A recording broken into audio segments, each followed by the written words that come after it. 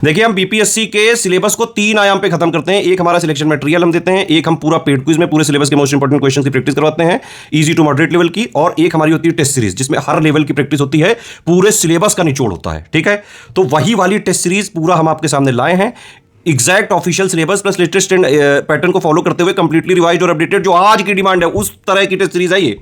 हर तरह के क्वेश्चन है इसमें। ठीक है, easy moderate tough and conceptual factual lengthy. आप अगर इसको पूरा जो है अटेम्प्ट करिए एक बार और बताइए आपका कितना स्कोर आ रहा है बेटा। अगर आप 40% क्वेश्चन सही कर ले जा रहे हो तो पीटी आपका आराम से जो है निकल रहा है। बीपीएससी का पीटी यानी कि प्रीलिम्स एग्जाम आने वाला है, और अगर आप पिछले 5 सालों के बीपीएससी के पीटी के जो पेपर हुए हैं वो अगर आप देखेंगे तो आप ये पाएंगे कि पैटर्न जो है बहुत तेजी से बदलता रहता है। कभी इजी पेपर आ जाता है, फैक्चुअल आ जाता है, कभी मॉडरेट आ जाता है, कभी टफ आ जाता है, कभी लेंदी आ जाता है। तो पैटर्न थोड़ा डायनामिक मोड में बीपीएससी भी ला रहा है। ठीक है, ये नए पैटर्न पे कैसा भी पेपर दे सकता है आयोग। अगर आपको बीपीएससी पीटी हर हाल में क्लियर करना है बेटा तो हर आयाम की तैयारी करके जाना पड़ेगा। पूरे हर स्तर पर आपको प्रिपरेशन होनी चाहिए, यानी कि जो एग्जैक्ट सिलेबस में चीजें लिखी हुई हैं, प्लस सिलेबस तो पूरा जो चीजें हैं वो तो पढ़नी है सिलेबस वाली, प्लस लेटेस्ट एंड पैटर्न पर भी नजर रखनी है। प्रीवियस ईयर क्वेश्चंस में क्या बदलाव हो रहे हैं वो भी देखने हैं। पीटी में सिर्फ आपको कट ऑफ निकालना है बेटा, इसके मार्क्स कोई फाइनल रैंकिंग में नहीं जाने हैं। फाइनल रैंकिंग होती है मेंस प्लस इंटरव्यू के बेसिस पे, लेकिन पीटी एलिमिनेशन स्टेज अगर आप इसको क्लियर नहीं करोगे तो आप मेंस दे ही नहीं पाओगे, है ना। तो पीटी पे जो है टारगेट करना है, मतलब कट ऑफ पीटी का निकलना चाहिए। आपको 105 नंबर पे टारगेट करना ही करना है 150 में से। 3 सेक्शन ऐसे हैं जैसे करंट, साइंस और बिहार स्पेशल, ये 3 सेक्शन पे आप फोकस करके करीबन 85-90 क्वेश्चन इन्हीं 3 सेक्शन से आ जाते हैं। करंट के लिए कुछ नहीं, पिछले महीनों के जो स्टडी फॉर सिविल सर्विसेज के लास्ट 1 साल के वीडियो वो देख डालो। एग्जाम से हम 21 दिन पहले आपको पापा वीडियो दे देंगे करंट का, वो देख डालना, बस पूरा करंट हो जाएगा। करीबन 30 क्वेश्चन आपके इससे कवर हो जाएंगे बीपीएससी के। साइंस के लिए हमारे पापा वीडियो ऑलरेडी दिए हुए हैं, आप उनको भी देखोगे तो काफी कुछ इसमें कवर हो जाएगा। बिहार स्पेशल का हमने सब बिहार करंट देते ही हैं, बजट वगैरह इकोनॉमिक सर्वे दे ही चुके हैं हम, है ना। प्लस जो जैसे बिहार का अभी सेंसस पापा, फॉरेस्ट पापा, वो भी हम रिलीज कर चुके हैं। बिहार जीके का भी पापा वीडियो दे चुके हैं, इनको भी देख डालो। तो ये फ्री वाले इनिशिएटिव है, ये आपका करीबन 90 के आसपास नंबर इसी से आ सकते हैं। प्लस इसके अलावा हमारे बिहार जीके के क्वेश्चंस का भी पापा वीडियो दिया, वो भी आप देख के काफी कुछ जो है, अगर एससीएस के फ्री इनिशिएटिव भी फॉलो करते हैं तो कट ऑफ के आसपास उसी से हो जाते हो। लेकिन हाँ, इसमें थोड़ा टाइम लग सकता है। अगर जो है आप थोड़ा सा एफर्ट कर सकते हैं तो एक काम आप ये करिए, जितने दिन बचे हुए हैं बीपीटी में, ठीक है, इसमें आप 3 चीजें अगर आपने फॉलो कर ली तो चाहे जैसा पेपर आ जाए बेटा बीपीएससी का, हर हाल में आप कट ऑफ निकाल सकते हो। ठीक है, क्या 3 चीजें? एससीएस का सिलेक्शन मटेरियल आप जो है लेके पढ़ लो, ठीक। एससीएस की पेड क्विज पूरी लगा लो, एससीएस की टेस्ट सीरीज पूरी लगा लो, जो हमने टोटल टॉपिक वाइज और जो है फुल लेंथ मिला के दी हैं। ये 3 चीजें अगर आपने कर ली तो कट ऑफ हर हाल में निकल सकता है। इवन अगर आपने एससीएस की पेड क्विज पूरी और एससीएस की पूरी टेस्ट सीरीज, टोटल जो हम फुल लेंथ टेस्ट सीरीज और प्लस जो है सेक्शन वाइज देते हैं जितनी भी हमारे पेड ग्रुप में, कंप्लीट सारी, ये दोनों भी अगर आपने लगा ली तो करीबन 50% से ज्यादा क्वेश्चन इन्हीं से आ जाते हैं। इसके अलावा हमने आपके लिए एक बीपीएससी का प्रैक्टिस बैच लॉन्च किया है। अगर आप उसके सारे क्वेश्चंस लगा लेते हैं तो आपके करीबन 75 के आसपास जो है क्वेश्चन उसी से सही हो सकते हैं। ये लास्ट के 15-20 दिन में करिएगा सिर्फ, ठीक है। प्रैक्टिस बैच में हम क्या करवा रहे हैं, जितने भी प्रीवियस ईयर क्वेश्चंस जो आज भी रिलेवेंट हैं पिछले 10-15 सालों के, उन सबकी प्रैक्टिस टेस्ट सीरीज के फॉर्म में करवा रहे हैं। आप उसको पढ़ो मत, उसको प्रैक्टिस करो पीवाईक्यू को। ये प्रैक्टिस बैच आपको मिलेगा ज्ञान एजुकेशन ऐप में, ठीक है। आप पीवाईक्यू को टॉपिक वाइज हमने टेस्ट सीरीज बना के दे दिया है, आप उसको प्रैक्टिस करो, उसमें रैंकिंग देखो, एनालिसिस देखो, एक्यूरेसी देखो, है ना, टॉप 50 स्टूडेंट में आप आ पा रहे हो कि नहीं वो देखो। प्लस इसके अलावा हमारी टोटल टेस्ट सीरीज तो 60 हैं, उनमें से हमने 6 फल्टी इसमें दे दी है प्रैक्टिस बैच में, आप उसको जो है प्रैक्टिस करो। प्लस जो है 5 हमने बिहार जीके और करंट अफेयर की दे दी है, बिहार स्पेशल की टेस्ट सीरीज, उसमें से प्रैक्टिस करो, अपनी रैंक वगैरह देखो, है ना, टॉप 50 में आप आ पा रहे हो कि नहीं। Plus 9 topic wise test series दे दी हैं, तो ये भी आप प्रैक्टिस कर सकते हैं प्रैक्टिस बैच में। इसके अलावा करंट अफेयर की मंथ वाइज प्रैक्टिस का भी इसमें है कि भाई आप पिछले 1 साल के अगस्त 2024 से लेकर अभी तक के हर मंथ के करंट अफेयर की प्रैक्टिस कर सकते हो प्रैक्टिस बैच में। टोटल नेशनल इंटरनेशनल वाले करंट अफेयर की भी और बिहार स्पेशल करंट अफेयर की भी मंथ वाइज इसमें प्रैक्टिस कर सकते हो। सिर्फ 99 में मिल जाएगा आपको, लास्ट के 15-20 दिन में बस ये करिएगा, ठीक है। कूपन कोड है इसका ज्ञान sir discount. Hello and welcome to study for civil services. 71st BPSC PT 2025 full length test number 2 होगा। अब तक आप समझ गए होंगे किस तरीके से आपको इन टेस्ट्स को सॉल्व करना है।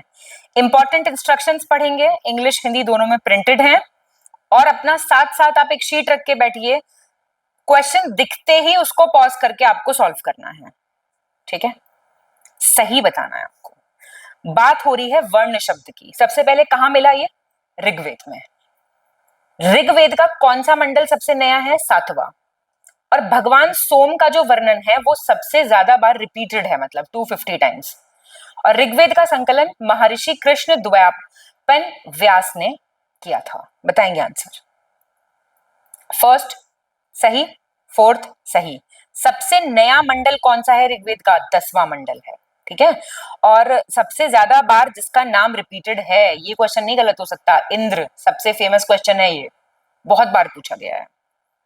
सेकंड क्वेश्चन देखेंगे, आपको सही बताना है। काकतीय राजवंश महिला शासक रुद्रमा देवी से संबंधित है। जौनपुर करके एक प्रस्तर अभिलेख है जो कि ईश्वर वर्मन से संबंधित है। बैटल ऑफ टक्कोलम, टक्कोलम का युद्ध साउथ इंडिया में हुआ था, चोल्स और राष्ट्रकूटों के बीच में। चालुक्य वंश में जो लेडीज थी उनको एडमिनिस्ट्रेशन में बहुत हायर पोजीशंस दी जाती थी। वेरी मच करेक्ट, सारे आपके ठीक हैं बिल्कुल। और टक्कोलम का युद्ध हम पहले भी कर चुके हैं, आपका किसी टेस्ट में हमने किया था कि कब हुआ कब नहीं, तो इसका ईयर थोड़ा सा याद रखना, 948 से 949 ईस्वी में हुआ था, चोल और राष्ट्रकूटों के बीच में। इसमें चोलों को लीडर, जो चोल के लीडर थे वो थे राजादित्य, जो राजा परंतक वन थे ना, ये उनका बेटा था। और राष्ट्रकूटों का जो है लीडर वो थे कृष्ण तृतीय, ठीक है। और इसमें चोल हार गए थे और राजादित्य बल्कि बल्कि डेथ हो गई थी इसमें। चलो थर्ड देखो, थर्ड में क्या बता रहा है। शक क्षत्रप काल में सोने चांदी के सिक्कों का अनुपात रेशियो क्या होता था? 1:35। बोरोबुदर जो है वो विश्व में सबसे कमाल का स्तूप है, मूर्ति और मूर्तिकला बहुत ही बढ़िया है, भारत फारसी कला का शानदार उदाहरण है।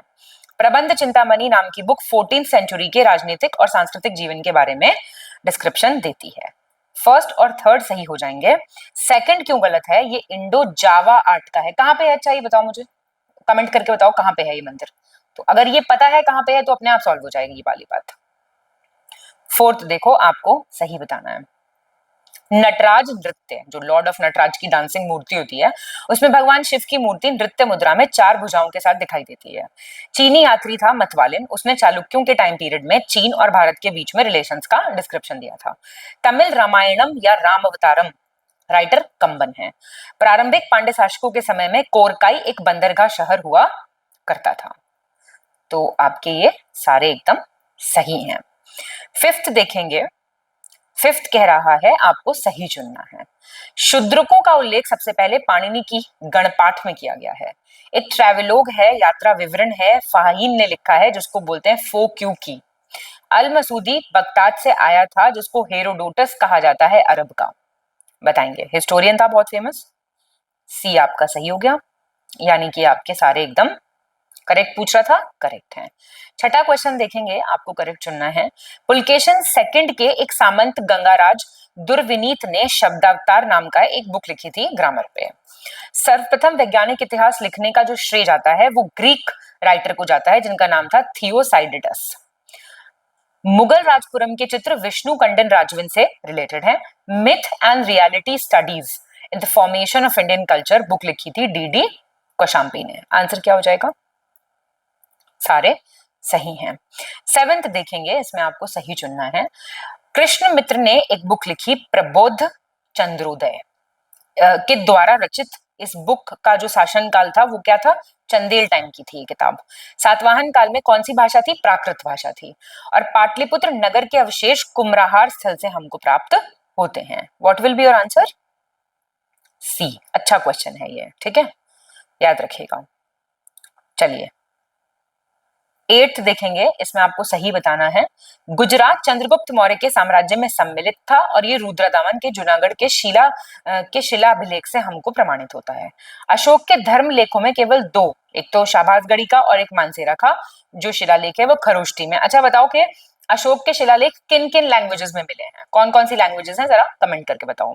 काव्य शैली का प्राचीनतम नमूना काठियावाड़ के रुद्रदामन के अभिलेख में मिलता है। मौर्यों के बाद दक्षिण भारत में सबसे प्रभावशाली राज्य सातवाहन राजवंश था। ये भी आपकी बातें सारी सही हो गई हैं। सही बताना है। शेरशाह के टाइम पीरियड में जजिया को नगर कर कहा गया, सिटी टैक्स कहा गया। सबसे पहले मोहम्मद बिन कासिम ने सिंध के देवल में जजिया लगाया। फिरोज शाह तुगलक एफएसटी ने किसानों के विकास के लिए उन्हें सौंधर नाम किया। कर चुके हैं ये स्टेटमेंट के नहीं कर चुके हैं? अपनी विद्वता के कारण एमबीटी को अपने युग का अरस्तु कहा जाता था। ये क्वेश्चन भी कर चुके हैं। जिसने हिस्ट्री के टेस्ट किए हैं वो इनमें से कोई गलत नहीं कर सकता, ठीक? क्यों? थर्ड क्यों गलत हो गया? सब सौंधर किसका था? सौंधर भी एमबीटी के टाइम का था, ठीक है। सौंधर लोन्स जो थे वो किसके टाइम का था? एमबीटी के टाइम का लोन था, ठीक है। चलिए, और एक टक्कवी करके एडवांस लोन्स दिए जाते थे, वो भी इन्हीं के टाइम के थे। ठीक, क्या अब आगे क्या हो जाएगा? आगे हम देखेंगे क्वेश्चन नंबर 10। करेक्ट बताना है। अलाउद्दीन के टाइम पीरियड में भू राजस्व की जो दर थी वो सबसे हाईएस्ट थी, मतलब 50% तो आप टैक्स दोगे, जिसको खराज कहते थे। दिल्ली सल्तनत के दौरान दीवाने इंशा नामक विभाग से ही सुल्तान के फरमान जारी किए जाते थे। इतलाक कथा का प्रारंभ फिरोज शाह तुगलक ने किया था। क्या हो जाएगा भाई आंसर? क्वेश्चन ये भी रिपीटेड है, कर चुके हो आप इसको भी पहले, ठीक है। 11th में सही बताओ। बलबन दिल्ली सल्तनत का पहला ऐसा राजा था जिसने हक ए शर्ब, क्या था ये? सिंचाई कर, इरिगेशन टैक्स। कूर खाना करके एक वो होता था, शाही शास्त्रागार विभाग।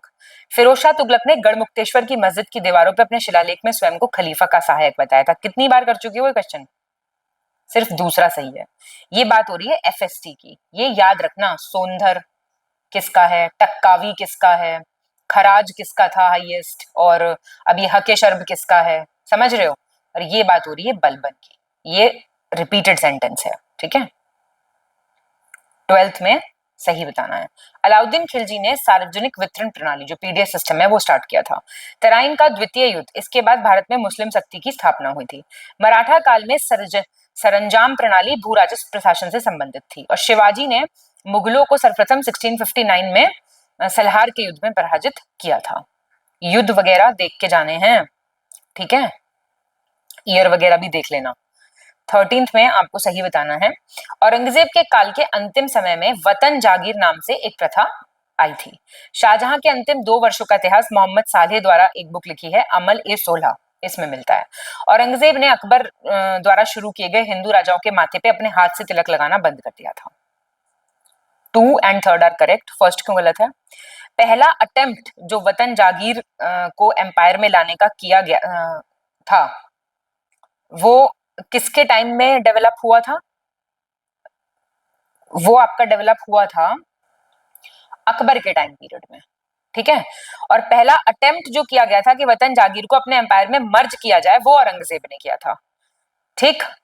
मारवाड़ के कंटेक्स्ट में ऐसा हुआ था। सही बताना है। दुअस्पा सिहस्पा शब्द का यूज सबसे पहले जहांगीर के टाइम में हुआ था, 10th वर्ष में। पानीपत का सेकंड युद्ध ईयर दिया हुआ है, अहमद शाह अब्दाली मुगलों के मध्य लड़ा गया था, वो मूवी है अर्जुन कपूर वाली, देखिए आप में से किसी ने। ए सही है। सेकेंड बैटल ऑफ पानीपत 5 नवंबर 1556 मुगल्स जीत गए थे, और मुगलों के बीच में था क्या? ये था आपका सेकेंड बैटल ऑफ पानीपत था हेमू और मुगल्स के बीच में, ठीक है। थर्ड बैटल ऑफ पानीपत था अहमद शाह अब्दाली और मराठास के बीच में, ठीक। चलिए, तीनों ही याद होने चाहिए वैसे तो, बिल्कुल तीनों युद्ध पानीपत के।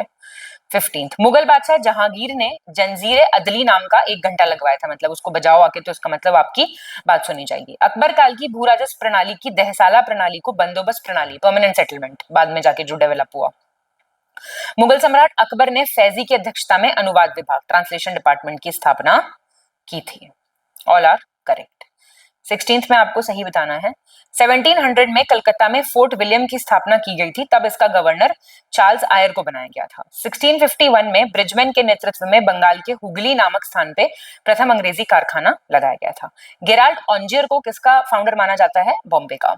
सर टॉमस रो जेम्स प्रथम के दूत थे, और ये 1615 को सूरत पहुंचे थे। ये भी आपके सारे एकदम सही हो गए हैं। 17th में आपको सही बताना है। दादा भाई नौरोजी ने 1867 में स्थापना की थी ईस्ट इंडिया एसोसिएशन। ये वो वाला टॉपिक है, पॉलिटिकल ऑर्गेनाइजेशंस बिफोर कांग्रेस। 1885 से पहले जो ऑर्गेनाइजेशंस बनी, बाद में वो कांग्रेस में मर्ज हो गई थी, पर वो इंपॉर्टेंट है आपके लिए, ठीक है।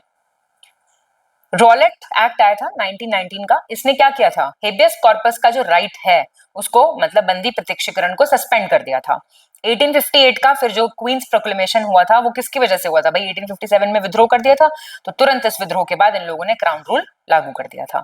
दादा भाई नौरोजी ने 1883 में बॉम्बे में वॉइस ऑफ इंडिया समाचार पत्र शुरू किया था, बाद में इसे इंडियन स्पेक्टेटर के साथ मिला दिया था। ये भी आपकी सारी सही हो गए, ठीक है। 18th देख लो, सही चुनना है इसमें आपको। 1509 में पुर्तगाली गवर्नर अल्फोंसो डी अल्बरकीक भारत आया था। 1502 में वास्को डी गामा की भारत की दूसरी यात्रा थी। 1691 में ईस्ट इंडिया कंपनी को एक चार्टर मिला था कि बंगाल के साथ आप ट्रेड करो 3000 रुपीज पर ईयर। 1690 में जॉब चरनॉक ने कलकत्ता शहर की स्थापना की थी। ये भी आपके सही है। 19th में आपको सही चुनना है। 1858 का एक्ट आया, इसमें BOC और COD को हटा दिया गया था। अक्षय कुमार दत्त ने बाल विवाह के विरोध में चिकित्सीय मत रखा था कि मेडिकल ओपिनियन रखी थी कि आप इतनी जल्दी शादी नहीं कीजिए, इट्स नॉट गुड मेडिकली। भारतीय स्वतंत्रता विधेयक को राजकीय स्वीकृति 18 जुलाई 1949 को प्राप्त हुई थी। क्या हो जाएगा आंसर? फर्स्ट और सेकंड सही हो गया। ये क्यों गलत हो गया?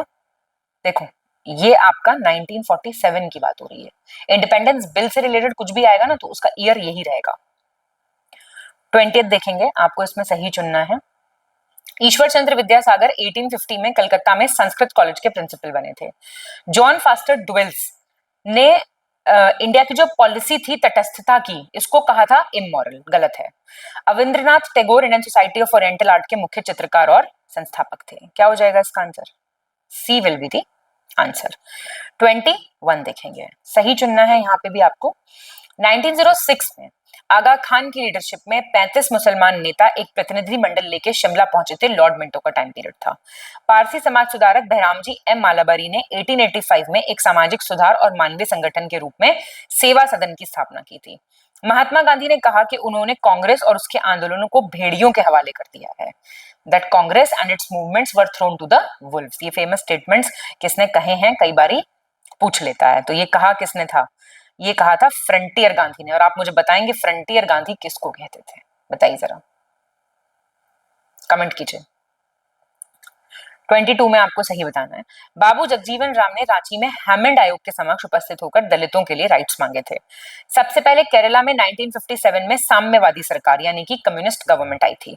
लॉर्ड वेलेस्ली ने भारत में बैप्टिस्ट मिशनरियों की गतिविधियों को निवेशक माना था, इनिमिकल माना था। What will be your answer? C. 23rd देखेंगे, सही बताना है आपको। फ्लोरेंस नाइटिंगेल ने लॉर्ड रिपन को भारत का उद्धारक, सेवियर ऑफ इंडिया कहा था। 1639 में फ्रांसिस डे नामक एक अंग्रेज ने चंद्रगिरी के राजा से मद्रास को पट्टे पे लिया था। केंद्र और रियासतों के बीच सत्ता का विभाजन और रियासतों में द्वैत शासन दोनों ही मॉन्टफोर्ट सुधार की कैरेक्टरिस्टिक थी। और HSHRA इन्वॉल्व था काकोड़ी षड्यंत्र केस में। तो ये भी आपके सारे बिल्कुल सही हो गए हैं। ठीक है, मॉन्टफोर्ट रिफॉर्म्स कौन से थे, किनको बोला जाता है मॉन्टफोर्ट रिफॉर्म्स? मॉन्टफोर्ट रिफॉर्म्स थे आपके 1919 वाले। पता है ना ये बात? फीचर्स भी पता होने चाहिए। और काकोरी कॉन्स्पिरेसी कौन सी थी? 1925 वाली। ठीक है, काकोरी कहाँ पे? लखनऊ के पास एक ट्रेन लूटी गई थी। ठीक है, याद रखना ये। और इसमें रामप्रसाद बिस्मिल, अशफाक उल्लाह खां, ठाकुर रोशन सिंह को बाद में फांसी की सजा भी दी गई थी। तो ये सारे इंपॉर्टेंट रेवोल्यूशनरी वाली चीजें याद रखा करो, करेक्ट बताना है। संस्कृत कॉलेज की स्थापना 1791 में बनारस के निवासी जोनाथन डंकन ने हिंदू कानून और दर्शन के अध्ययन के लिए की थी। पुर्तगालियों ने 1503 में गोवा राज्य में कोची में फोर्ट इमानुअल नाम से पहला किला खोला था। जयपुर के होलकर राजा ने डलहौजी की सहायक संधि को स्वीकार नहीं किया था, सब्सिडरी लाइंस को नहीं एक्सेप्ट किया था। बताओ, सिर्फ पहला सही है, दूसरा क्यों गलत है? ये जो था ये पोर्चुगीज ने स्टैब्लिश किया था। आपका कोच्चि कहाँ पे है भाई? कोच्चि गोवा में है क्या? केरला में है। और होलकर थे जो, होलकर्स, जयपुर थोड़ी, होलकर्स ने नहीं किया था एक्सेप्ट सब्सिडरी अलायंस। गलत बताना है आपको। भारतीय पद्धतियों में सुधार के लिए लॉर्ड कॉर्नवालिस ने न्यायिक सुधारों के लिए जेम्स मिल ने आलोचना की थी। लॉर्ड कॉर्नवालिस ने अनुबंधित सिविल सेवा और असंबंधित सिविल सेवा यानी कोवेनेंटेड और अनकोवेनेंटेड की शुरुआत की थी। बंगाल में ब्रिटिश वस्तुओं के बहिष्कार का सुझाव सबसे पहले 1908 में कृष्ण कुमार मित्र ने दिया था। और ये नीति, इसको राष्ट्र नीति के रूप में कब अपनाया था? 1905 में, जब ये स्वदेशी मूवमेंट वगैरह चल रहा था। सी गलत हो गया है। जो ये सजेशन दिया गया था ये 1905 में दिया गया था। मेरी बात सुनो, स्वदेशी में आपने सुना होगा, स्वदेशी मूवमेंट जब स्टार्ट हुआ था वो बंगाल के पार्टीशन के लिए, वो इस टाइम पे स्टार्ट हुआ था। तो बॉयकॉट का बाद में आइडिया कैसे आएगा, और वो भी पहली बार? जो चीज पहले हो चुकी वो पहली बार बाद में कैसे होगी, सोच के देखो। तो ये ऐसे हो सकता था क्वेश्चन सॉल्व, अगर आपने किसी ने इस तरीके से सॉल्व किया है, तो पता है तो पता ही है, फिर तो कोई बात ही नहीं दुनिया में। 1799 में लॉर्ड वेलेस्ली द्वारा प्रेस सेंसरशिप लागू की गई थी। तब भारत से प्रकाशित समाचार पत्रों पर कड़े प्रतिबंध लगा दिए गए थे। लाला लाजपत राय ने कांग्रेस सम्मेलनों को शिक्षित भारतीयों का वार्षिक राष्ट्रीय मेला कहा था, एनुअल नेशनल फेयर। श्वेत विद्रोह लॉर्ड रीडिंग के कार्यकाल में हुआ था और इसका कारण था इल्बर्ट बिल, जिसको इल्बर्ट बिल कंट्रोवर्सी आप कहते हैं। तो ये बी हो जाएगा आंसर। तो थर्ड गलत हो गया आपका। व्हाइट रिवोल्ट हुआ था रिपन के टाइम पीरियड में, ठीक है, जिसको श्वेत विद्रोह कहते हैं, है ना। White revolt, Lord white mutiny भी कहते हैं इसको। और इनका टेन्योर क्या था इंडिया में, 1880 से 1884, ये भी याद रख सकते हो, कुछ उसी टाइम का। वैसे यही पूछेगा, इल्बर्ट विल ही पूछता है। 27th में सही बताना है। इंडियन नेशनल एसोसिएशन किसका था, सुरेंद्रनाथ बैनर्जी और आनंद मोहन बोस, 1876। आपने सुना होगा बंकिम चंद्र चट्टोपाध्याय 1858 में कलकत्ता विश्वविद्यालय के पहले ग्रेजुएट थे। लॉर्ड लिटन साहित्य जगत में ओवेन मेरेडिथ के नाम से प्रसिद्ध थे। अपना हर एक का वो अलग नाम होता है ना, पेन नेम अलग होता है ना, तो ये आप ध्यान कर सकते हैं इसमें। सही बताना है। Indian association for the cultivation of science किसका था ये, महेंद्र लाल सरकार का, 1876 Calcutta. Lord William Bentinck governor general थे इंडिया के। कर्नल स्लीमैन के साथ इन्होंने ठगी प्रथा का अंत किया था 1830 में। ब्रिटिशर्स ने सबसे ज्यादा इन्वेस्टमेंट किया था रेलवेज में, बैंकिंग में, इंश्योरेंस में। क्यों किया था भाई, उनको फायदा था उस चीज का। सही है सब। 29th में बताना आपको। डेनमार्क ने भारतीय व्यापार के लिए 1620 में तंजौर में अपना केंद्र स्थापित किया था। एज ऑफ कंसेंट एक्ट 1891 में लॉर्ड लैंसडाउन का टाइम था। इसमें शादी की जो गर्ल्स की एज है वो 12 साल सेट की गई थी। अंतर्राज्यीय विवाह के संबंध में नेटिव मैरिज एक्ट आया था इंटरकास्ट मैरिज के लिए, 1872 में। नॉर्थ ब्रूक का टाइम था। क्या हो जाएगा आंसर। तो ये भी आपकी बातें सारी सही है, ठीक है। 30th देखेंगे, आपको सही चुनना है। क्या कह रहा है, भीमराव अम्बेडकर ने इंपॉर्टेंट रोल प्ले किया था जो ये भारतीय स्वतंत्रता अधिनियम था ना 1947 का, इसका मसौदा तैयार करने के लिए। काल कोठरी की घटना 20th जून 1756 को हुई थी और उस टाइम पे नवाब कौन था बंगाल का, सिराजुद्दौला। पूना पैक्ट अम्बेडकर जी और के साथ दूसरा किसने साइन किया था, आचार्य नरेंद्र देव ने। क्या हो जाएगा आंसर। पहला दूसरा सही है। आप बताइए किसने साइन किया था। भीमराव अम्बेडकर के साथ कौन थे, मदन मोहन मालवीय, ठीक है। पूना पैक्ट कब का है, पूना पैक्ट 1932। ये क्रोनोलॉजी में बहुत हेल्प करेगा आपको, ठीक है। डिप्रेस्ड क्लासेस जिनको आज हम एससी कहते हैं, उनका रिप्रेजेंटेशन यहाँ पे ये सेटलमेंट था महात्मा गांधी और बी आर अम्बेडकर के बीच में। पर यहाँ पे क्वेश्चन क्या पूछ रहा है ये ध्यान रखना। लोकेशन क्या थी, यरवदा सेंट्रल जेल। करेक्ट बताइए। ओडिशा राज्य के कटक और मयूरभंज जिले निकिल के लिए बहुत फेमस हैं। गौरीपुर थर्मल पावर स्टेशन कहाँ पे है, ब्रह्मपुत्र नदी पे है, धुबरी डिस्ट्रिक्ट सिक्किम में। गुजरात के अहमदाबाद को क्या कहते हैं, भारत का मैनचेस्टर और पूर्व का बोस्टन। आंसर क्या हो जाएगा। पहला सही है, तीसरा सही है, दूसरा क्यों गलत हो गया। धुबरी कहाँ पे है, आप बताएंगे मुझे। ये ऐसे क्वेश्चंस में अगर आप गलती कर रहे हैं ना तो बहुत गलत कर रहे हैं, देखिए बताइए कमेंट करके। 32 में आपको गलत चुनना है। इंडोनेशिया जो है वो बॉर्डर शेयर करता है, मैंने बताया था मैप करने के लिए, कर रहे हैं प्रैक्टिस, मैप की नहीं कर रहे हैं, नहीं तो होगा नहीं question solve. Papua new Guinea के साथ बोर्नियो द्वीप पे अपने सीमा साझा करता है। जोहर स्ट्रेट किसके बीच में, सिंगापुर मलेशिया के। और स्विज नहर किसको कनेक्ट करती है, लाल सागर को भूमध्य सागर को। क्वेश्चन बनेगा लाल सागर के आसपास की कंट्री, भूमध्य सागर के आसपास की कंट्री, और वहां आप बोलेंगे तो हमने पढ़ा ही नहीं है। क्यों नहीं पढ़ा आपने भाई। ये पापुआ आइलैंड पे, बोर्नियो पे नहीं है, पापुआ आइलैंड पे। दोनों आइलैंड पता करो कहां पे है। 33rd अदिलाबाद कोयला क्षेत्र जो है कहां पे है, अदिलाबाद तेलंगाना में। असम राज्य को लाल नदी का और नीली पहाड़ियों की भूमि कहते हैं। इंडिया का आर्थिक क्षेत्र कहां तक एक्सटेंड होता है, 100 नॉटिकल माइल्स, कोस्ट लाइन से लेके आगे 100 नॉटिकल माइल्स। कितना है नॉटिकल माइल्स, 200 तक है ये, ठीक है, याद रखना। 34th में गलत बताना है। पश्चिम बंगाल राज्य में एक है चंडका वन, क्या है ये, ट्रॉपिकल सेमी एवरग्रीन फॉरेस्ट है। जलवायु का जो क्रमबद्ध अध्ययन हुआ उसका पहला एफर्ट दिया था ब्लैंडफोर्ड ने। और जौनसारी एक जनजाति है जो कि उत्तराखंड में रहते हैं, पॉलिएंड्री बहुपति विवाह इसमें बहुत फेमस है। पहला गलत हो गया। चंडक फॉरेस्ट आपके उड़ीसा में पड़ते हैं, ठीक है, याद रखिएगा। 35 देखेंगे, आपको सही चुनना है। बांग्लादेश कितना किलोमीटर का बॉर्डर शेयर करता है इंडिया के साथ? इतना। पाकिस्तान इतना, अफगानिस्तान इतना। पता सारे होने चाहिए इंटरनेशनल बॉर्डर्स, और कौन कौन से स्टेट्स टच कर रहा है ये भी पता होना चाहिए। ध्यान देना इस बात पे, बिल्कुल कोई गलती ना हो इन चीजों में, खुद से आपको करनी है प्रैक्टिस चीजें। सही बताना है आपको यहाँ पे। त्रिपुरा जो है वो बांग्लादेश से घिरा हुआ है 3 तरफ से, नॉर्थ वेस्ट और साउथ से कह रहा है। अरुणाचल प्रदेश में है बारालाचा पास, ये मनाली को लेह से जोड़ता है। बताओ, गंगा के मैदानी क्षेत्रों में गेहूं चावल गन्ना बहुत बढ़िया होता है, क्या होगा आंसर इसका? अरे भाई, बारालाचा कहाँ होगा? अरुणाचल में क्या कर रहा है? ये हिमाचल प्रदेश में है, मनाली और लेह को जोड़ता है। 37 बताओ।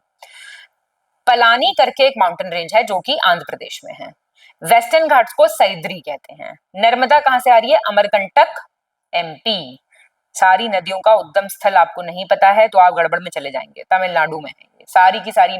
पेलिकोंडा, वेलिकोंडा, पालिनी, कार्डमम हिल्स, अन्नामलाई, अनाईमुडी, सब मार्क कर लो इंडिया के मैप पे, रट लो बिल्कुल। नींद में कोई पूछे तो पता होना चाहिए। करेक्ट बताओ इनमें से।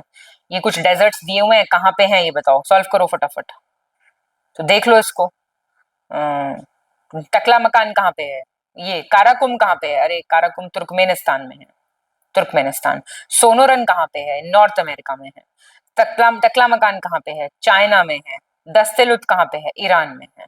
क्या हो जाएगा इसका आंसर? दूसरा सही है और चौथा सही है ना? ये हो जाएगा आंसर इसका। 39 देख लो, सही चुनना है यहाँ पे। जापान का उकाया करके एक शहर है, यहाँ पे सबसे ज्यादा जनसंख्या है। हल्फाया करके एक दर्रा है इजिप्ट में, इजिप्ट को लिबिया से जोड़ता है। गिनी की खाड़ी में गिरने वाली नाइजर नदी तेल नदी के नाम से बहुत प्रसिद्ध है। बी सही हो गया आपका। टोक्यो है सबसे पॉपुलेटेड, नॉट उकाया। 40 में आपको सही बताना है। विश्व प्रसिद्ध ग्रैंड कैनियन और हुबर बांध ये कोलोराडो नदी पे है। कैस्पियन सागर क्षेत्रफल में विश्व की सबसे बड़ी झील है। इंडिया 7th लार्जेस्ट है अगर बात करें एरिया के हिसाब से तो। सही हो गई ये बातें। 41 में आपको सही बताना है। भारत में चंबल घाटी क्षेत्र में खो खड्डों में का निर्माण अवनालिका अपरदन से होता है। जो रवाइन्स बनते हैं ना चंबल के, वो गली इरोजन की वजह से बनते हैं। उष्ण कटिबंधीय कांटेदार वन वहां मिलेंगे जहां बारिश 50 सेंटीमीटर से ज्यादा होगी। देखो, फॉरेस्ट होने का ना होने का क्राइटेरिया ही बरसात है। तपोवन विष्णुगढ़ जल विद्युत परियोजना, चमोली, अलकनंदा, उत्तराखंड। ऐसे करके याद किया करो तो जल्दी जल्दी याद होता है, सारे सही नहीं। 42 में सही बताना है। धारवाड़ शैल तंत्र भारत में धात्विक खनिज का हृदय स्थल है, मतलब स्टोर हाउस है मेटालिक मिनरल्स का। भारत में लौह अयस्क मुख्य रूप से धारवाड़ शैल तंत्र में पाया जाता है। आर्द्र पर्णपाती वन, मॉइस्ट रेसिडुअस, वो कहाँ मिलेंगे? जहां 50 से 100 सेंटीमीटर वर्षा होगी। यही देखा मैंने, क्या बोला? मॉइस्ट मतलब नाम से पता चल रहा है थोड़े गीले होंगे। 100 से 200 सेंटीमीटर वर्षा होगी जहां पे, वहां आपको देखने मिलेंगे। 43 बताइए। कत्था खैर वृक्ष की छाल से मिलता है जो संपूर्ण भारत में विशेषकर ड्राई रीजन्स में पाया जाता है। नीम, बबूल, कैक्टस ये सब उष्ण कटिबंधीय कांटेदार वन का टाइप है। सेतु समुद्रम शिपिंग नहर योजना कर्नाटक केरला। नागार्जुन कावेरी नदी पे इसका निर्माण किया गया है। फर्स्ट सेकंड सही हो गया, थर्ड क्यों गलत है? सेतु समुद्रम जो है वो तमिलनाडु और केरला का है, Tamil Nadu plus Kerala, TNK। Nagarjuna Sagar dam project नालकोंडा में पड़ता है, तेलंगाना में और गुंटूर में, ठीक है। और ये कृष्णा नदी पे है। ये साउथ की नदियां, पेनिनसुलर रिवर वाला टॉपिक क्लियर रखना अपना। करेक्ट चुनना है आपको। रशिया की सबसे लंबी कोस्टलाइन है दुनिया में, देख लो कितनी लंबी है। सेंट लॉरेंस नदी सबसे ज्यादा व्यस्ततम आंतरिक जल परिवहन मार्ग इसको माना जाता है। जाम्बेजी नदी पे ही विक्टोरिया जलप्रपात और करीबा बांध अवस्थित हैं। 2 और 3 सही है। कनाडा है सबसे लंबी कोस्टलाइन वाला, ठीक है। 45 और इंडिया में कौन सा है ये तो पता ही होगा। शिफ्टिंग कल्टीवेशन मैच करो फटाफट। तो ये चिंतामणि टाइप जो है, चेतेमणि, ये युगांडा का है। लुगान वेस्ट अफ्रीका का है। हुमा जावा इंडोनेशिया का है। तुंगिया आपका बर्मा म्यांमार का है। सही हो गए सारे, मजे आ गए। 46 में सही बताना है। संविधान के अनुसार परामर्श संबंधी जो क्षेत्राधिकार एडवाइजरी जुरिस्डिक्शन है जो सुप्रीम कोर्ट का, वो आर्टिकल 143 में आता है। 23 क्लॉज 4 के हिसाब से भारत में निवारक निरोध के अंतर्गत एक व्यक्ति को बिना मुकदमे चलाए 3 महीने तक, ये बात हो रही है प्रिवेंटिव डिटेंशन की, कितना पीरियड है मैक्सिमम, 3 महीने। ग्राम न्यायालय अधिनियम 2008 के अंतर्गत धारा 11 के अंतर्गत ग्राम न्यायालय को सिविल तथा आपराधिक दोनों ही मामलों में सुनवाई का अधिकार है। पहला तीसरा सही हो गया। ये आपका आर्टिकल है 22 क्लॉज 4 प्रिवेंटिव डिटेंशन, ना भूलना और ये ना भूलना, ठीक है, इन्हीं में घुमा फिरा के क्वेश्चन पूछेगा, करेक्ट बताना है। राष्ट्रीय आपातकाल लगा हुआ है, लोकसभा का सामान्य कार्यकाल 5 वर्ष है, संसद द्वारा कानून बना दिया तो 1 साल में 1 बार बढ़ाया जा सकता है, लेकिन आपातकाल खत्म हो गया तो यह अवधि 6 महीने से ज्यादा नहीं होनी चाहिए। 358, 359 किसकी बात करता है? राष्ट्रीय आपातकाल का मूल अधिकारों पे प्रभाव क्या होगा। संसद के दोनों सदनों द्वारा अनुमोदन के पश्चात आपातकाल 6 महीने तक जारी रहेगा और संसद की मंजूरी से इसे प्रत्येक 6 महीने में आगे बढ़ाया जा सकता है। बैठ के आराम से अगर पढ़ोगे ना ये सब तो कोई गलती नहीं करके आओगे, ठीक है, ये याद रखना आर्टिकल्स। 48 में आपको सही बताना है। राष्ट्रपति शासन कैसे पास होता है? कौन से बहुमत से? सामान्य से।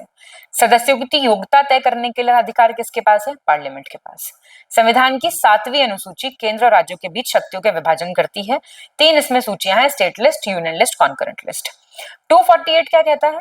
अवशिष्ट विधायी शक्तियां किसके पास है? संसद के पास। शानदार एकदम। 49 देखो, आर्टिकल 281 क्या कहता है कि जो प्रेसिडेंट है वो रिकमेंडेशन देंगे कि फाइनेंस कमीशन की report her house of parliament के सामने रखी जाए।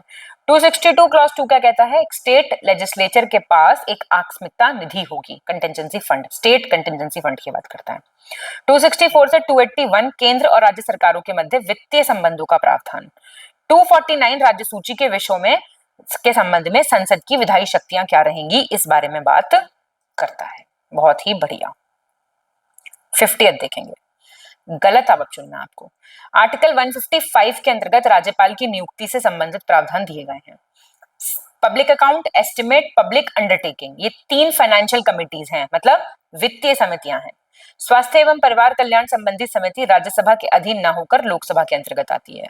प्रधानमंत्री की सलाह पे भारत के राष्ट्रपति द्वारा किसी मंत्री को नियुक्त किया जाता है तथा मंत्रालय विभागों का बंटवारा भी राष्ट्रपति प्रधानमंत्री की सलाह पर करता है। तो ये सी हो गया आपका गलत। जो आपका हेल्थ एंड फैमिली वेलफेयर वाली जो कमेटी है वो लोकसभा के अंडर नहीं आती। Lok Sabha no, Rajya Sabha yes. 51 में भी आपको गलत चुनना है। एक ट्रांसफॉर्मर है, अन्योन्य प्रेरण की प्रक्रिया के माध्यम से विद्युत ऊर्जा को एक सर्किट से दूसरे सर्किट में ट्रांसफर कर रहा है। जब 2 निकायों को उनके परिवेश से अलग किया जाए तो गर्म शरीर द्वारा दी गई ऊष्मा की मात्रा ठंडे शरीर द्वारा प्राप्त ऊष्मा की मात्रा के बराबर होनी चाहिए। अल्ट्रासोनिक तरंगे एक ट्रांसड्यूसर द्वारा पैदा होती हैं जिसमें एक पीजोइलेक्ट्रिक क्रिस्टल होता है जो विद्युत ऊर्जा को यांत्रिक ऊर्जा में कन्वर्ट करता है। अब कौन सा किस में कन्वर्ट कर रहा है ये बड़ा इंपॉर्टेंट होता है।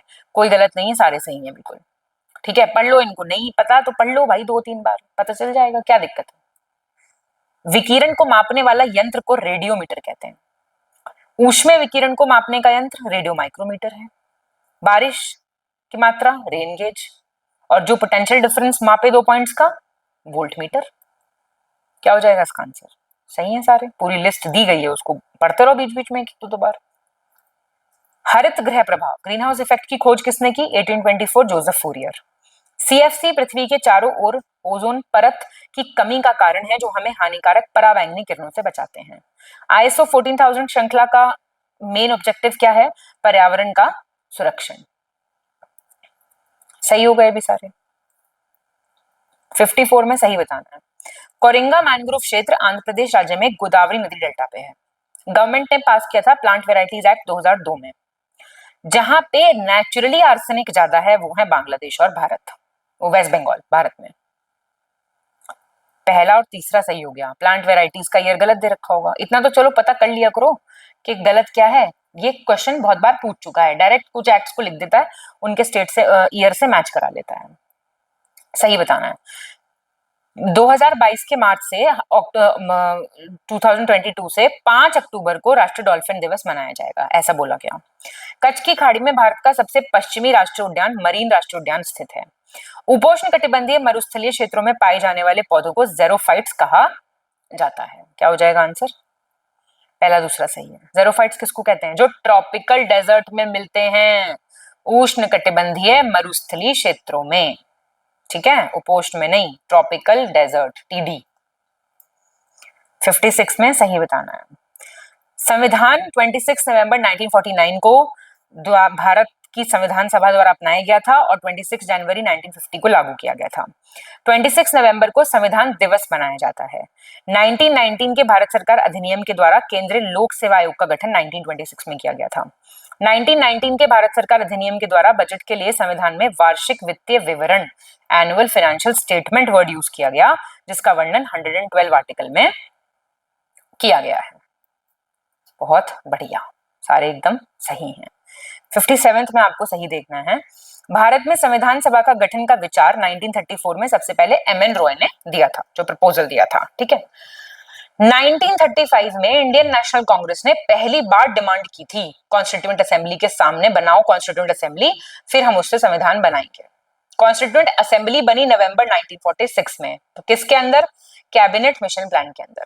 संविधान सभा ने 1949 मई में राष्ट्रमंडल में भारत की सदस्यता का सत्यापन किया था। क्या हो जाएगा भाई आंसर? सही है ये भी सारे। 58 में सही बताना। अब देख लो कितना बढ़िया क्वेश्चन है ये, पढ़ो इस क्वेश्चन को, साथ में सॉल्व करेंगे इसे।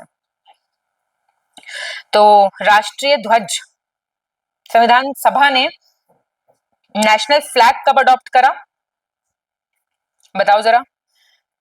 तो ये था आपका 22 जुलाई, नोट करो, 1947। और नेशनल एंथम 24 जनवरी 1950। और सॉन्ग, गीत 24 जनवरी 1950।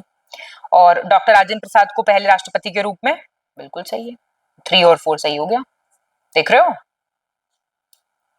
59 में आपको सही बताना है। 29 अगस्त 1947 को एक ड्राफ्टिंग कमेटी बनी थी, किसके अंडर, कौन थे चेयरमैन? डॉक्टर अंबेडकर।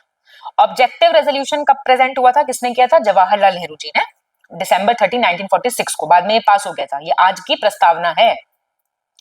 आर्टिकल 11 आच्छादन का सिद्धांत, डॉक्ट्रिन ऑफ एक्लिप्स और डॉक्ट्रिन ऑफ पृथकता, क्या, सेपरेशन, ये दिया गया है। अनुसूचित जनजातियों के हित की रक्षा के लिए कौन कौन से शेड्यूल है? 4th और 5th। आंसर बताओ। 1st और 2nd सही है भाई, 3rd क्यों गलत हो गया? डॉक्ट्रिन ऑफ एक्लिप्स और डॉक्ट्रिन ऑफ सेपरेशन ये दिया हुआ है आर्टिकल 13 में। समझ रहे हो क्या क्या है डॉक्ट्रिन ऑफ एक्लिप्स? क्या होता है? वैसे तो देखो जरूरत है नहीं पढ़ने की, पर फिर भी ये सब वकीलों के काम है। डॉक्ट्रिन ऑफ एक्लिप्स क्या होता है? स्टेटस होता है प्री कॉन्स्टिट्यूशनल लॉज का, मतलब कुछ ऐसे संविधान से पहले के कानून जो फंडामेंटल राइट्स के साथ तालमेल नहीं खाते, तो इन लॉज को माना जाता है कि अब ये बेसिकली वॉइड है। इनको एक वर्ड होता है, ये थोड़ी लॉयर वाली भाषा है, वॉइड एब इनिटो, मतलब शुरू से, लेकिन ये डोरमेंट है, मतलब एक्लिप्स हो गया, ग्रहण लग गया इन पे, ठीक है। तो ये इनऑपरेटिव है क्योंकि इनकंसिस्टेंट है, ठीक है। तो अगर मान लो कोई कॉन्फ्लिक्टिंग फंडामेंटल राइट बाद में हट जाए, ऐसा सब इमेजिनेशन है, रिपील हो जाए, तो लॉ को रिवाइव कर सकते हैं, ठीक है, ये होता है ये, बस। तो ठीक है, बस इतना ज्यादा दिमाग ना लगाना, थोड़ा बहुत सुन लो, बता दिया। हाँ, एक तो रह गया 5th और 6th शेड्यूल है, कितनी बार पढ़ा है आपने ये बात? 60th देख लो, सही बताना है आपको। तो महाधिवक्ता, एडवोकेट जनरल, आप जानते हैं हाईएस्ट लॉ ऑफिसर है स्टेट के। प्रस्तावना अमेरिका से लिया हमने। पहली एआरसी रिपोर्ट 5 जनवरी 1966, मोरारजी देसाई। आर्टिकल 75 क्लॉज 5 क्या कहता है? कोई भी मंत्री संसद का सदस्य बने बिना 6 महीने से ज्यादा समय तक पद पे नहीं रहेगा, मतलब मंत्रिमंडल के सदस्य संसद के सदस्य होंगे। क्या बात कह दी है? बिल्कुल सही बात कह दी है, ठीक है। चलिए क्वेश्चन नंबर 61 पे आ गए हैं, सही चुनना है हमें। कल्याणकारी राज्य, बात हो रही है वेलफेयर स्टेट की, कहाँ दिया हुआ है ये? डीपीएसपी, जो निदेशक तत्व हैं उसमें, पार्ट 4 में। आपको सारे आर्टिकल पता होने चाहिए और मैचिंग में पक्का आएगा क्वेश्चन। आर्टिकल 1 क्या कहता है कि इंडिया यानी भारत बजाय राज्यों के समूह के राज्यों का संघ होगा, यूनियन ऑफ स्टेट होगा, ग्रुप नहीं। 100वां संविधान संशोधन अधिनियम, हम सीए बोलेंगे, 100th सीए 2013 किस लिए हुआ था? बांग्लादेश और इंडिया के बीच कुछ टेरिटरीज का ट्रांसफर होना था। फर्स्ट सेकंड सही है। ये 2015 का है, ये बड़ा इंपॉर्टेंट है, लेटेस्ट वाले अमेंडमेंट्स बहुत पूछता है। सही चुनना है आपको। स्वतंत्रता के बाद स्टेट और रीऑर्गेनाइजेशन कमीशन बना था 1953 में, फैजल अली की चेयरमैनशिप थी। आर्टिकल 11 क्या कहता है कि सिर्फ पार्लियामेंट ऐसा है जो नागरिकता से संबंधित प्रावधान बना सकता है। पार्ट 3 को मैग्ना कार्टा कहते हैं, बहुत इंपॉर्टेंट है। देखिए सारे आर्टिकल्स 1 से 51 आर्टिकल्स बिल्कुल रटे होने चाहिए। 63rd क्वेश्चन कह रहा है 18th बिहार वन सर्वेक्षण रिपोर्ट, मैंने आपको बताया इंडिया की बिहार की दोनों याद करनी है आपको। बिहार में अत्यधिक घने वन, बात हो रही है किसकी? एक्सट्रीमली डेंस फॉरेस्ट की। कहाँ पे है सबसे ज्यादा? वेस्ट चंपारण में। और सबसे कम मॉडरेटली डेंस एमडीएफ जो है, मध्यम सघन, कहाँ पे है? जहानाबाद में। क्या हो जाएगा आंसर? तो आपके दोनों ही ये बातें सही हैं, ठीक है। और अति सघन वन की बात करें तो जो टॉप 3 डिस्ट्रिक्ट्स हैं वो है वेस्ट चंपारण, मुंगेर और जमुई। 64th में सही बताना है। 2011 की जनगणना के हिसाब से बिहार का सर्वाधिक दशकीय वृद्धि दर वाला जिला क्या है? माधेपुरा। पहला रैंक है डेंसिटी में बिहार का। स्मॉलेस्ट डिस्ट्रिक्ट एरिया के हिसाब से कौन सा है? शिवहर। और बिहार में नगरीय जनसंख्या 11.3% है। तो देखिए सेंसस वगैरह का एक जगह लिख लो, उसी को रिवाइज करते रहो, बेसिक डेटा। फिर से 2011 का सेंसस। बिहार का रैंक क्षेत्रफल की दृष्टि से 12वां है। लिटरेसी रेट 61.8 है। सबसे कम फीमेल लिटरेसी सहरसा में है। और थर्ड लार्जेस्ट स्टेट है पॉपुलेशन के हिसाब से आपका बिहार। All are correct. कौन सा जिला उत्तर प्रदेश के साथ अपनी सीमा साझा नहीं करता? बिहार का कौन सा जिला? ये बोल रहा है, ये कौन सा नहीं करता? माधेपुरा नहीं करता। देखिए 8 डिस्ट्रिक्ट करते हैं, आप मुझे कमेंट करके बताएंगे। 3 तो यहाँ पे लिखे हैं आपके सामने, बाकी आप मुझे बताइए कमेंट करके। सही बताना है। ये कुछ आपके सामने वाइल्ड लाइफ सेंचुरीज और बर्ड सेंचुरीज दी हुई है। तो देखो कुशेश्वर कहाँ पे है? कुशेश्वर है कुशेश्वर स्थान के पास, दरभंगा। कांवर कहाँ पे है? ये आपकी कांवर लेक बेगूसराय में है। उदयपुर कहाँ पे है? ये है वेस्ट चंपारण में। और बरेला, सलीम अली, जुब्बा साहनी कहाँ पे है? वैशाली में। तो 1 और 2 सही है। ये तो देखो पूरी लिस्ट अपने स्टेट की पता होनी चाहिए, सही बताना है। अब ये आपसे पूछ रहा है करेक्ट कौन सा है, कहां से कौन सा इंस्टीट्यूट कहां पे लोकेटेड है, फिर से हम साथ में सॉल्व कर लेते हैं। काशी प्रसाद जायसवाल रिसर्च इंस्टीट्यूट आपका पटना का है, ठीक है। और भारतीय नृत्य कला मंदिर पटना का है। प्राकृत जैन आपका वैशाली का है।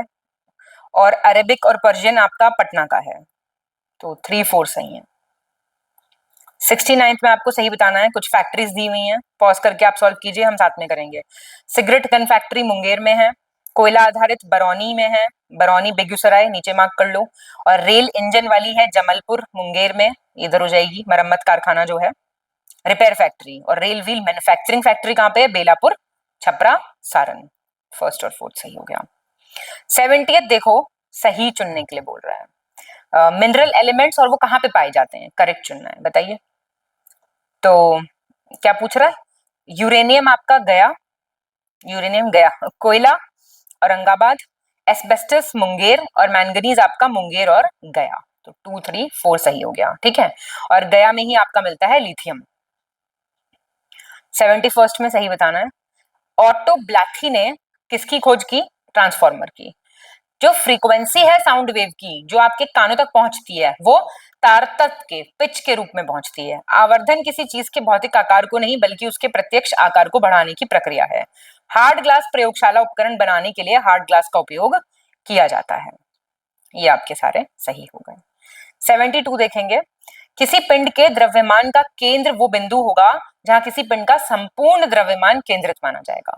द्रव तथा गैस प्रतिचुंबकीय, अनुचुंबकीय, विद्युत चुंबकीय सारे गुण प्रदर्शित करते हैं, लेकिन ये कभी भी लौह चुंबकीय फेरोमैग्नेटिक प्रॉपर्टीज नहीं होती इसमें। परमाणु रिएक्टर में न्यूट्रॉन को धीरे करने के लिए कार्बन ग्रेफाइट जैसे मंदक, मंदक क्या होता है? मॉडरेटर यूज किए जाते हैं। सामान्य प्रकार के बायोफोकल लेंस में ऊपरी और निचले हिस्से क्रमशः अवतल और उत्तल होते हैं, कॉनकेव और कॉन्वेक्स होते हैं। सबसे ज्यादा कंफ्यूजन क्रिएट करते हैं ये क्वेश्चंस। 73rd में आपको सही बताना है। फाउंटेन पेन लिंक के प्रवाह के लिए गुरुत्वाकर्षण के अतिरिक्त कोशिका क्रिया भी यूज होगा, मतलब कैपिलरी एक्शन का भी प्रिंसिपल लगेगा। रेफ्रिजरेटर में जो गैस होती है उसको संपीड़ित करने पे वो ठंडी हो जाती है।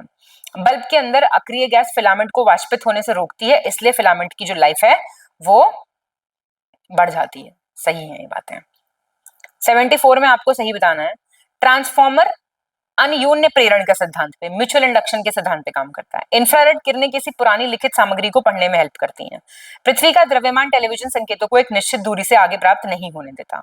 अवतल लेंस की फोकस दूरी नीले प्रकाश के लिए लाल की तुलना में कम होती है। पहला दूसरा सही है, थर्ड क्यों गलत हुआ आपका? देखिए, जो कर्वेचर है अर्थ का वो प्रिवेंट करता है टेलीविजन सिग्नल्स को from reaching beyond a certain distance, ठीक है, प्रिवेंट करता है। और फोकल लेंथ कॉन्वेक्स की ब्लू लाइट के लिए कम है as compare to red light, ठीक है। 75 में आपको सही बताना है। एडविन हबल ने पहला प्रूफ दिया था बिग बैंग का। रिलेटिविटी अपेक्षता का सिद्धांत आइंस्टीन। कोहरे की बूंदों से प्रकाश की किरणें बिखरती हैं जिसके कारण कोहरे में देखना मुश्किल होता है। आवर्धक कांच में, मैग्नीफाइंग ग्लास में उत्तल लेंस कॉन्वेक्स लेंस का यूज किया जाता है। All are correct. 76 में कौन सी नहर पूर्णिया, अररिया, सहरसा और मधेपुर जिला से संबंधित है? अच्छा क्वेश्चन है। तो ये ईस्टर्न कोसी केनाल है। वेस्टर्न कोसी आपका मधुबनी, दरभंगा, बेगूसराय वाला है। और वेस्टर्न सोन आपका भोजपुर, रोहतास, बक्सर वाला है। और ईस्टर्न सोन आपका पटना, गया, भोजपुर, औरंगाबाद वाला है। 77 देखेंगे। भागलपुर में है एक चंदन जलाशय। 1972 में चंदन नदी पे इसकी स्थापना की गई थी। 89% जो टोटल इरिगेशन पहुंच रहा है साउथ बिहार में वो पहुंच रहा है नलकूप यानी ट्यूबवेल से। तालाब द्वारा संचित जो जिले हैं उनमें गोपालगंज जिला विशेष रूप से उल्लेखनीय है, जो अभी भी पॉन्ड से इरिगेशन जहां पे होता है। सी हो जाएगा आपका आंसर। 78 में आपको सही चुनना है। अब ये पूछ रहा है कौन से जगह पे कौन सा जो है फसल होती है, तो साथ में करेंगे उसको भी सॉल्व। देखो, मक्का वाले कौन से हैं? दरभंगा, मुजफ्फरपुर, चंपारण, ये सही है। अरहर वाले सही है। चना, मुंगेर, पटना सही है। मसूर आपके लेंटिल, चंपारण, पटना और गया, तो ये सारे आपके सही हैं। 79 में आपको सही बताना है। अभरक मिट्टी बिहार के नवादा जिले में रजौली प्रखंड में है, माइका सॉइल जो होती है। माउंटेन फुट सॉइल मिलेगी आपको north west part, west Champaran में। मिलेट्स यानी कद्दन जो मोटा अनाज होता है उसकी खेती रेड सैंडी सॉइल में की जाती है जो कि कैमूर और रोहतास में मिलती है, बलुई मिट्टी। पुरानी जलोढ़ मिट्टी या बांगर मिट्टी का विस्तार पूर्णिया और सहरसा के कोसी क्षेत्र में अधिक है। बिहार स्पेशल वाला पार्ट अच्छे से कीजिएगा। करेक्ट बताना है। पुनपुन नदी कहां से आ रही है? एमपी से। फाल्गु नदी छोटा नागपुर से। कर्मनाशा विंध्याचल से। कमला नेपाल से। आंसर क्या हो जाएगा? ये भी आपकी सारी सही हो गई। 81 में आपको सही बताना है। बिहार राज्य में वर्षा ऋतु का आगमन कब से माना जाता है? मिड जुलाई से। विंटर सीजन मिड अक्टूबर।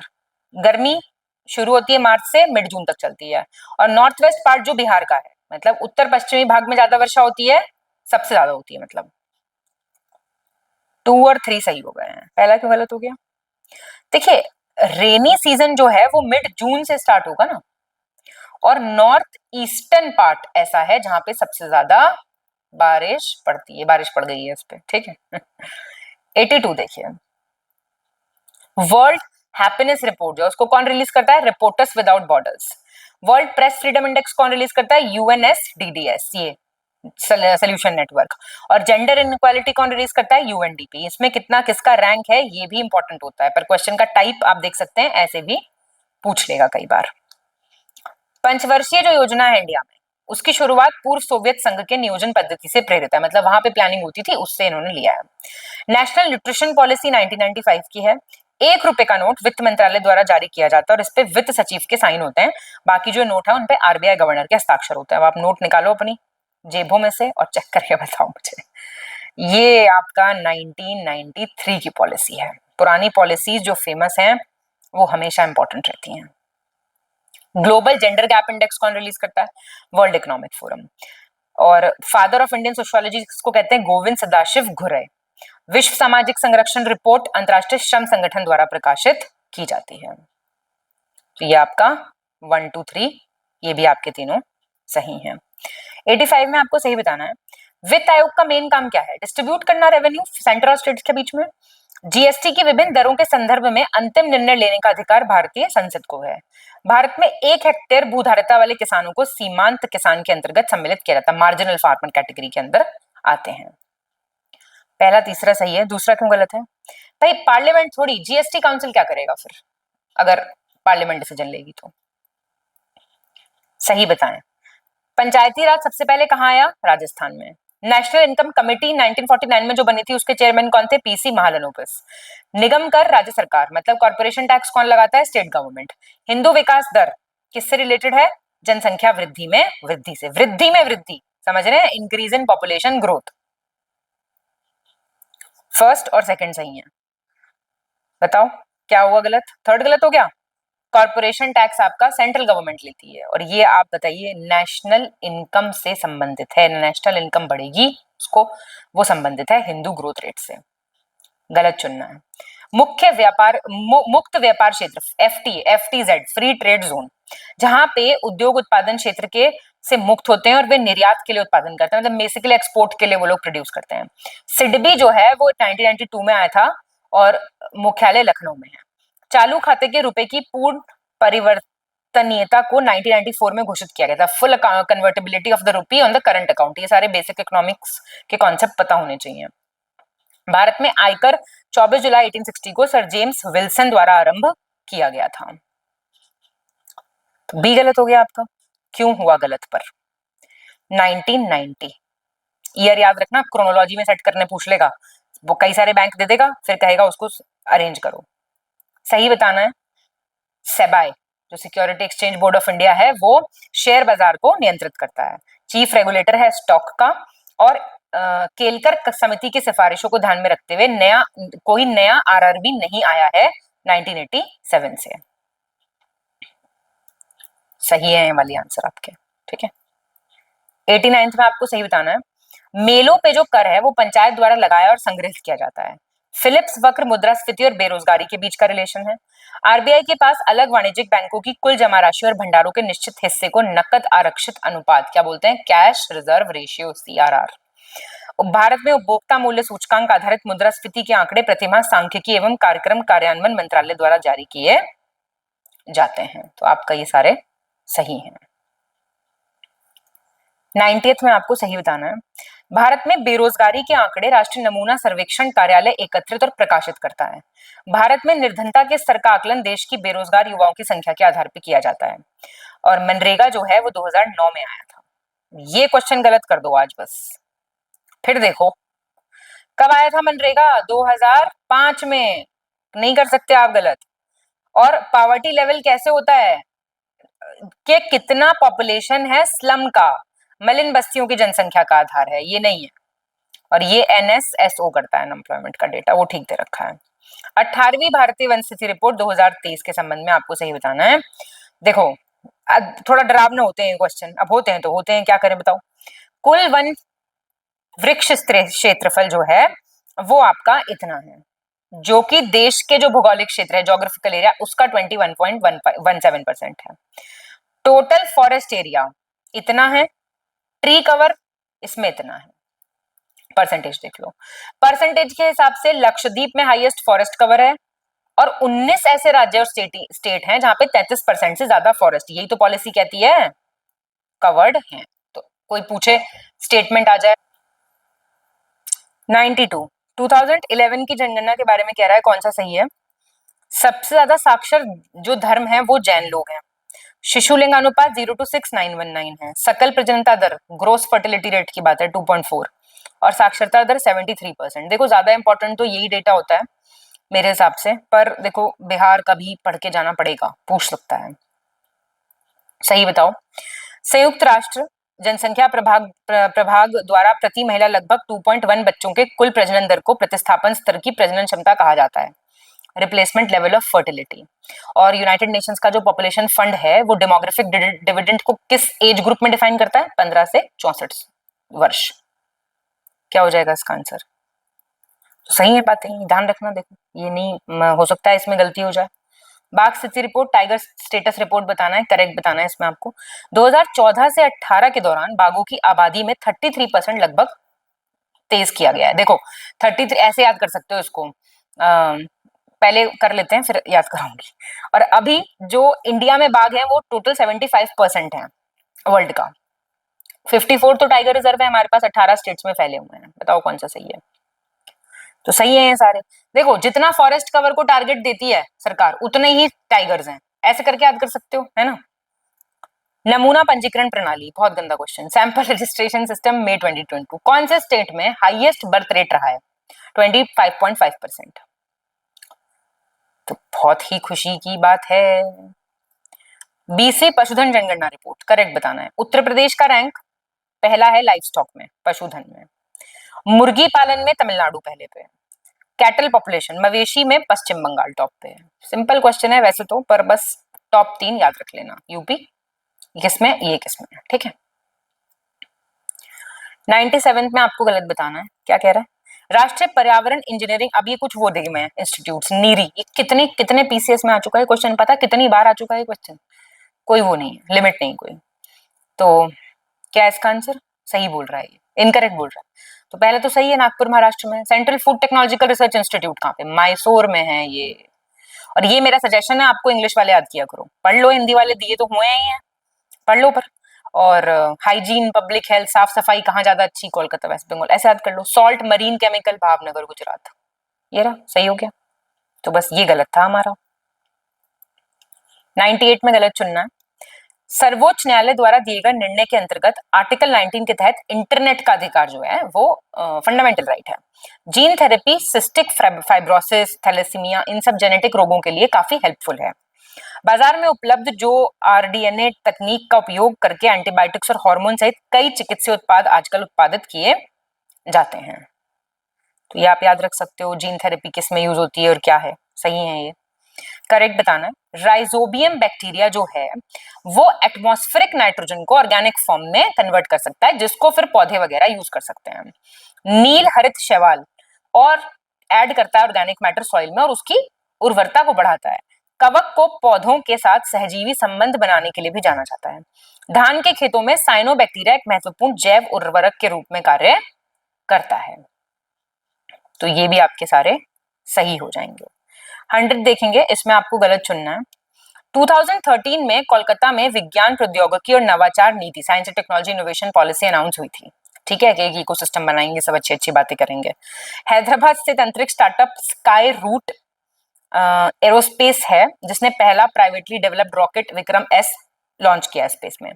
पीएसएलवी C-12 अपने 15वें मिशन में लॉन्च किया 300 केजी का रडार इमेजिंग सैटेलाइट और 40 किलो का माइक्रो सैटेलाइट, जिसको एनुसेट कहा गया है। बताएंगे आंसर। ये कोई गलत नहीं है, ये भी सब सही है। अब ये कुछ इंस्टीट्यूट्स दिए हुए, कहाँ पे लोकेटेड है ये सॉल्व कर लेते हैं। कहाँ है भाई? बोटानिकल रिसर्च कहाँ पे है? ये लखनऊ में है। और इम्यूनोलॉजी वाला कहाँ पे है? ये नई दिल्ली में है। Brain research Gurugram Haryana. Veterinary Izzatnagar, ये तो आप जानते ही हैं। ठीक है, 3 और 4 आंसर है आपका। अब कह रहा है मनुष्य की पेशियों का अध्ययन मेमोलॉजी कहलाता है। फूलों का एंथोलॉजी, घास का एग्रोस्टोलॉजी, कार्टिलेज का उपास्थि का कॉन्डोलॉजी। क्या हो जाएगा आंसर? सी हो जाएगा, 2, 3, 4 सही है। मसल्स का जो अध्ययन है वो कहलाता है मायोलॉजी। मैमोलॉजी मैमल्स का अध्ययन है, नाम में से निकल रहा है, स्तनधारी जंतुओं का। सही बताना है। आर्सेनिक 74 किस लिए यूज होता है? ट्यूमर की जांच के लिए। कैलिफोर्नियम 252 थायराइड ग्लैंड कैसा काम कर रहा है? आयोडीन 131 एनीमा है, ट्यूबरक्लोसिस है। 59 मॉइस्चर कंटेंट कितना है सॉइल में, जो कि यूज होगा कंस्ट्रक्शन वगैरह, इमारतों और सड़कों के निर्माण के लिए। ए सही हो गया आपका, बाकी सारे गलत हो गए। देखो थायराइड तो आप नमक से रिलेट कर सकते हैं, तो ये इधर आ जाएगा। और एनीमा वगैरह के लिए यूज होता है फ्लोराइन 59, और ये है आपका 252 वाला बड़ा सा। इसमें काफी सारे काम हो रहे हैं तो ये बड़ा सा है, ऐसे याद कर लो।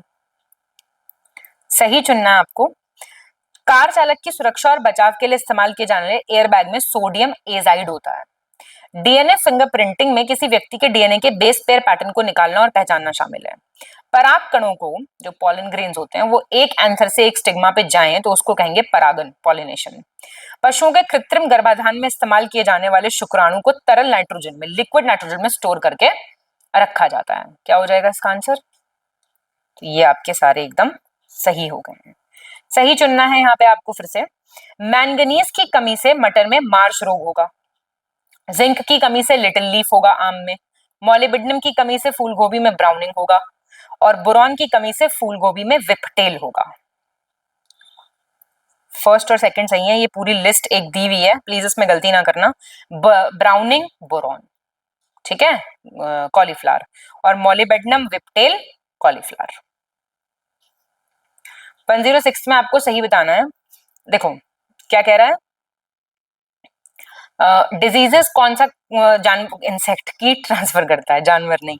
तो देखो इसे, फीमेल एनोफिलीज मलेरिया करती है, फीमेल क्लीवर जो होता है वो फाइलेरिया करता है, हाउस फ्लाई जो है वो कॉलेरा करती है, टाइफाइड नहीं कॉलेरा, और पेडिकुरा क्या करता है, टाइफाइड, ठीक है। और एक होती है सैंड फ्लाई, सुना है नाम, ये देती है आपको काला अजर, भगवान ना करे दे, पर बता रहे हैं, ठीक है। चलिए 107 में आपको गलत चुनना है। स्तनधारी पाचन तंत्र सेलुलोज को पचाने के लिए एंजाइमों का स्राव नहीं करता, लेकिन मवेशियों के रुमेन में मौजूद होता है सेलुलोज। इसको पचाने के लिए बैक्टीरिया चारे में मौजूद सेलुलोज को पचा सकता है। दूध वाला दूध के बर्तन में केले के पत्ते डालता है, क्यों? पत्ते दूध को क्षारीय बना सकते हैं और किण्वन को रोक सकते हैं, मतलब गंदा नहीं होगा दूध, खट्टा नहीं होगा। केले के पत्तों में होता है ट्रिप्टोफैन जो क्षार पैदा करता है, एल्कली पैदा करता है। घास और आम बगीचों के पौधों की पत्तियों की नोक पे सुबह के समय ओस के निर्माण की वायुमंडलीय घटना के कारण पानी की बूंदें दिखाई देती हैं। तो इसमें से कोई गलत है नहीं, तो कैसे बोल दें गलत है, बताइए।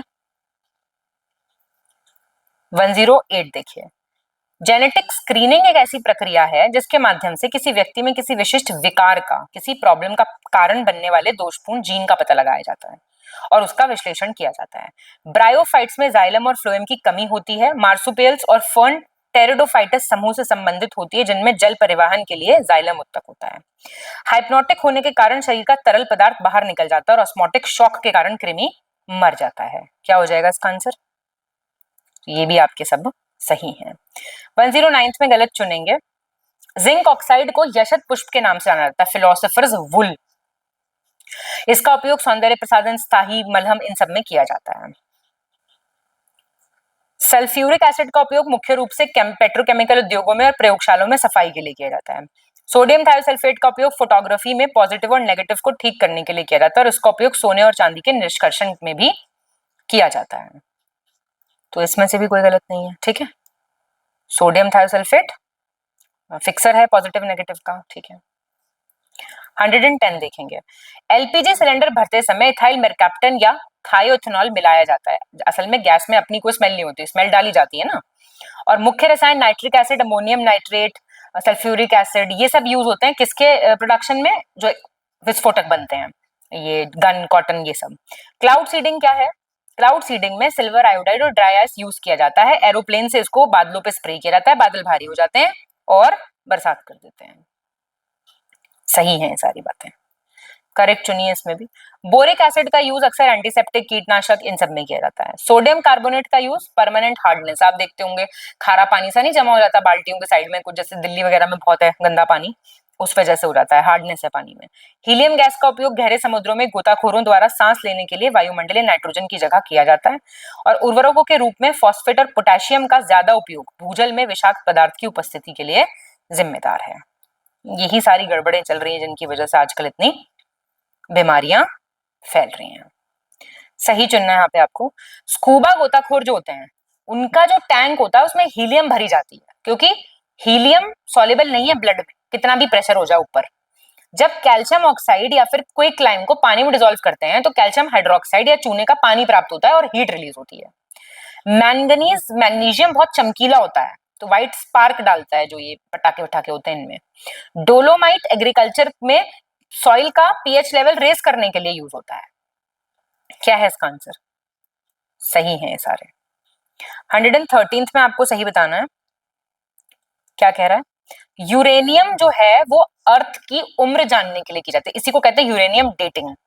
निकल और कैडमियम इलेक्ट्रोड्स की तरह यूज की जाती हैं, जो बैटरीज चार्ज हो जाती हैं उनमें।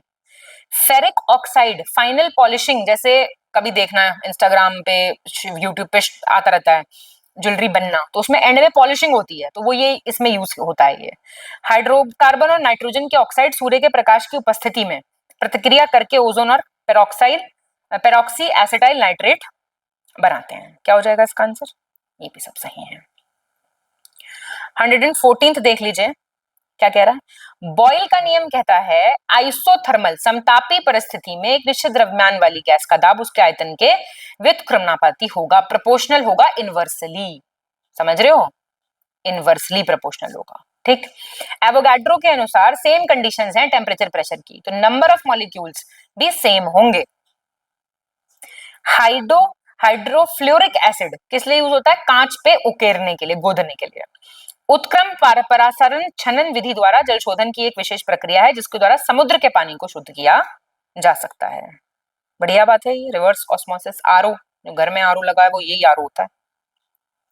115th देखेंगे क्या बोल रहा है। 115th क्वेश्चन, स्ट्रोंशियम सल्फाइड को मोज़ैक गोल्ड कहते हैं और उसमें पेंट की तरह यूज करते हैं इसको हम। आतिशबाजी में स्ट्रोंशियम होगा तो चमकीला लाल रंग निकलेगा।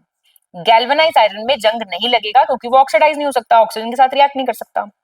क्लोरीन, ब्रोमीन, फ्लोरीन ये गैसेस हैं हेलोजन ग्रुप के। आयोडीन ब्लू ब्लैक कलर का एक क्रिस्टलाइन सॉलिड टाइप होता है बेसिकली। क्या हो जाएगा इसका आंसर? ये भी सब सही है। 116th देखेंगे, इसरो ने एक इम्प्लीमेंटेशन अग्रीमेंट IA बोलते हैं साइन किया है ऑस्ट्रेलिया की स्पेस एजेंसी के साथ कि हम अपना आपस में स्पेस कोऑर्डिनेशन बढ़ाएंगे, नवंबर 2024 में।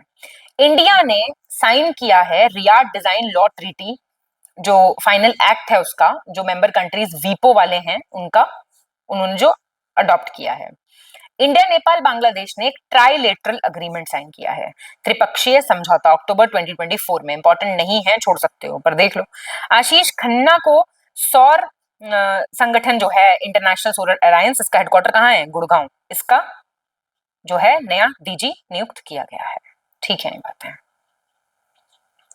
117 देखो, वाल्डेसी उर्क्विजा ब्राजील के हैं, इनको नया DG बनाया गया है इंटरपोल का, इसको वर्ल्ड पुलिस भी कहते हैं। आकाश त्रिपाठी को न्यू MD CEO बनाया गया है डिजिटल इंडिया कॉर्पोरेशन का। दीपक अग्रवाल MD बनाए गए हैं नाफेड के। टीवी नरेंद्रन को नया चेयरमैन बनाया गया है वर्ल्ड स्टील एसोसिएशन का। आंसर क्या होगा आपका? बताइए। तो ये आपके सारे सही हैं, याद रखिएगा। ठीक है, और ये सेकंड हेड बने हैं, इंडियन सेकंड है, ये पहले नहीं है टीवी नरेंद्रन। ये देखिए, ICC के अवार्ड दिए हुए हैं। Best male T20 cricketer Arshdeep Singh, best female Harmanpreet Singh, best male test cricketer ICC वाला जसप्रीत बुमराह। फर्स्ट और थर्ड सही है, सेकंड क्यों गलत हो गया? बेस्ट विमेन T20 वाली गई है, न्यूजीलैंड की है अमेलिया कर। सुना है ना? कर नाम अलग है, देख सकते हो। 119th देखेंगे, 2024 के लिए मेजर ध्यानचंद खेल रत्न अवार्ड्स 4 लोगों को दिया जा रहा है। हाल ही में प्रकाशित बुक है द वर्ल्ड आफ्टर गाजा, किसकी है ये? पंकज मिश्रा की। ऑपरेशन कोल्ड विंड किसका है? BSF का है। इंडो चाइना बॉर्डर पे ये ऑपरेशन कंडक्ट किया जाता है। भारत नेपाल के बीच में एक एक्सरसाइज होती है सूर्य किरण, इसका आयोजन किया गया था नेपाल के सलझंडी एरिया में। तो बी है आपका answer. 1, 2 and 4 are correct. Third क्यों गलत हो गया? और हाँ, मेजर ध्यानचंद ये खेल रत्न अवार्ड किस किस को मिला है? गुकेश डी को शतरंज वाले, हरमनप्रीत सिंह हॉकी पंजाब, मनु भाकर हैं और प्रवीण कुमार हैं पैरा एथलेटिक्स वाले, यूपी से हैं। और ऑपरेशन सर्द हवा ये आपका BSF का है, जो भारत पाकिस्तान बॉर्डर पे, BSF है ये, भारत पाकिस्तान बॉर्डर पे जनवरी में कंडक्ट किया गया है। ठीक है, कोई दिक्कत नहीं है ऐसी। 120th देखो क्या कह रहा है। यूनियन ट्रांसपोर्ट मिनिस्टर है नितिन गडकरी जी, इन्होंने कैशलेस ट्रीटमेंट लॉन्च करा है कि जो रोड एक्सीडेंट में जिनको कुछ हानि हो जाती है उनको सहायता देने के लिए। 2024 में वर्ल्ड बैंक के एग्जीक्यूटिव डायरेक्टर्स ने लोन अप्रूव करा है $325 मिलियन का यूपी अग्रिस योजना के लिए। ठीक है, इनकम बढ़े फार्मर्स की, एग्रीकल्चर सेक्टर में सुधार है। 14 जनवरी 2025 को मोदी जी ने मिशन मौसम लॉन्च करा है। 150वें फाउंडेशन डे पे IMD मेट्रोलॉजिकल डिपार्टमेंट के नई दिल्ली में 8 जनवरी 2025 को डॉक्टर मोहन यादव ने पार्थ योजना शुरू करी है। MP में यूथ को ट्रेनिंग वगैरह दी जाएगी, पुलिस के लिए तैयार किया जाएगा, पूरा मतलब प्रोग्राम सेट कर दिया जाएगा। ठीक है, तो ये आपके सारे सही हैं, ठीक है ना। और एक सेकंड, यूपी अग्रीस जो आपकी योजना है, कहाँ गई ये अग्रीस योजना, ये रही, इसकी फुल फॉर्म लिखिए, Uttar Pradesh agriculture not cultural growth and rural enterprise ecosystem strengthening project. ये ऐसे होगी, UPAGREEE प्रोजेक्ट।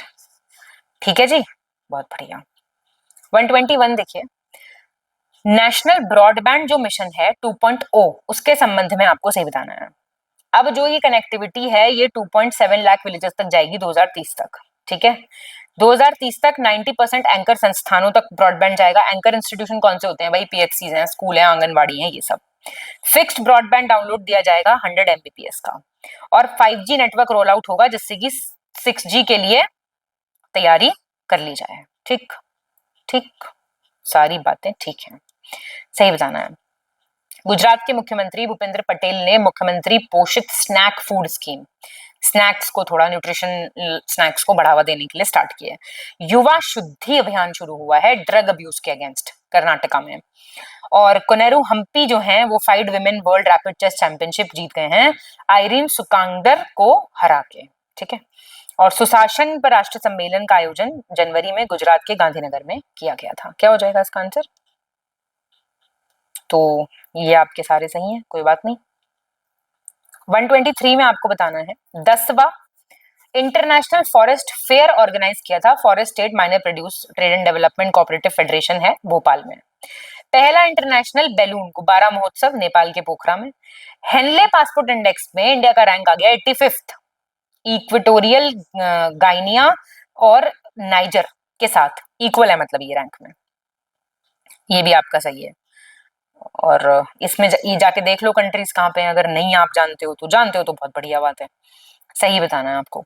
भारत पोल पोर्टल किसने डेवलप किया? CBI ने।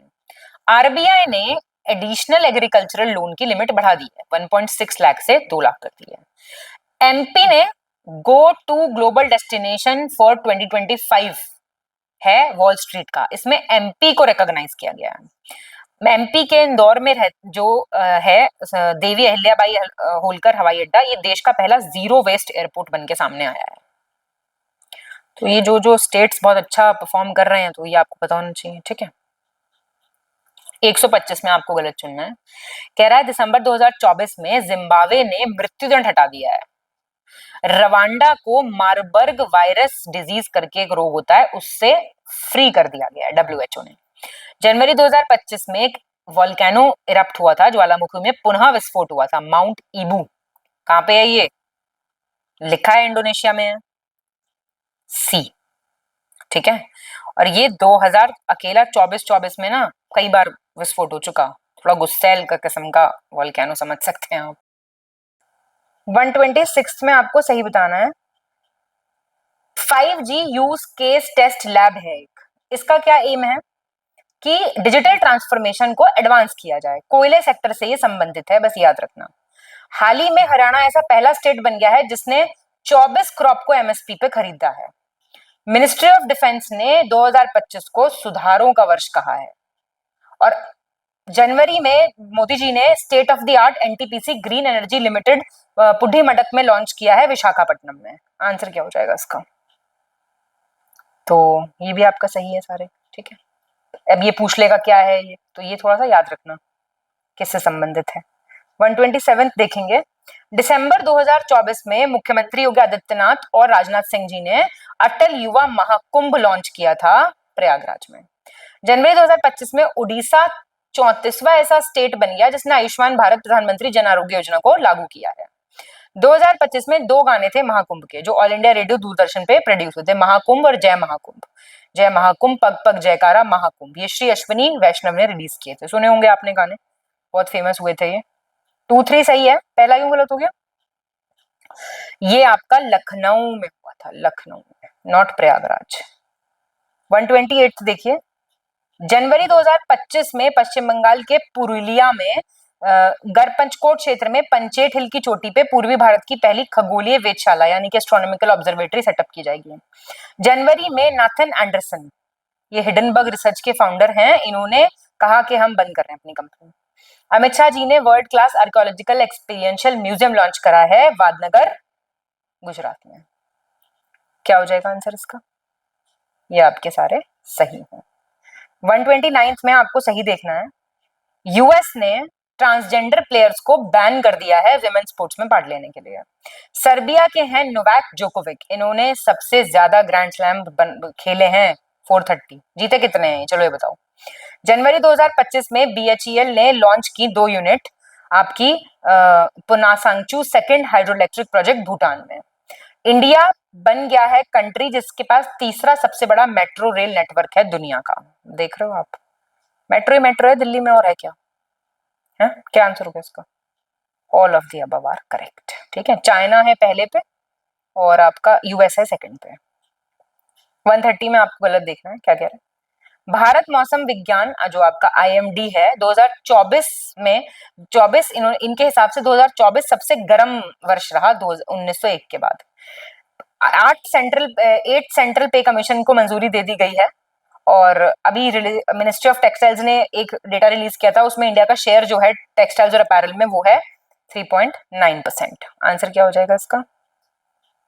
तो ये गलत कोई नहीं है इसमें से।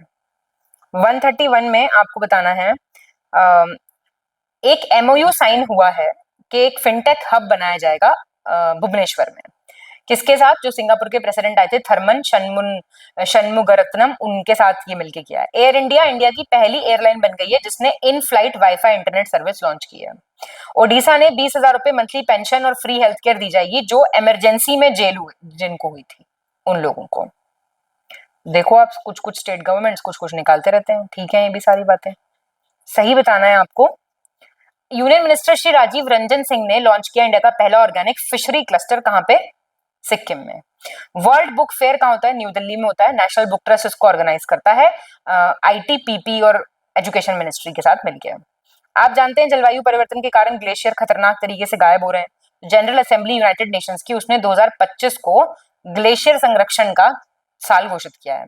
2025 जनवरी में 7.1 मैग्नीट्यूड का अर्थक्वेक आया था तिब्बत में, जिसके जो झटके थे वो नेपाल, भूटान और कुछ पार्ट इंडिया के इनमें भी महसूस दिए थे। ये भी आपके सारे सही हैं। 133 देखिए, फ्रांसीसी संस्कृत स्कॉलर हैं डॉक्टर पियरे सिल्वेन फिलिजुएट, इनका भी हाल ही में निधन हो गया। Senior nuclear scientist Rajagopala Chidambaram का हाल ही में निधन हो गया। 2025 में डीआरडीओ ने लॉन्च की थी एक नई यूनिफॉर्म हिम कवच, ये बहुत ठंडे इलाकों में जो सोल्जर्स बेचारे तैनात हैं उन लोगों के लिए ये लॉन्च की गई। तो पूछ सकता है कौन किसने डेवलप की है ये हिम कवच, तो आपको पता होना चाहिए। 134 देखिए, अब्दाली मिसाइल है Hatf 2 short range ballistic missile है पाकिस्तान की 180 से 200। नाग MK2 मिसाइल है जिसका भी टेस्ट किया गया था पोखरान।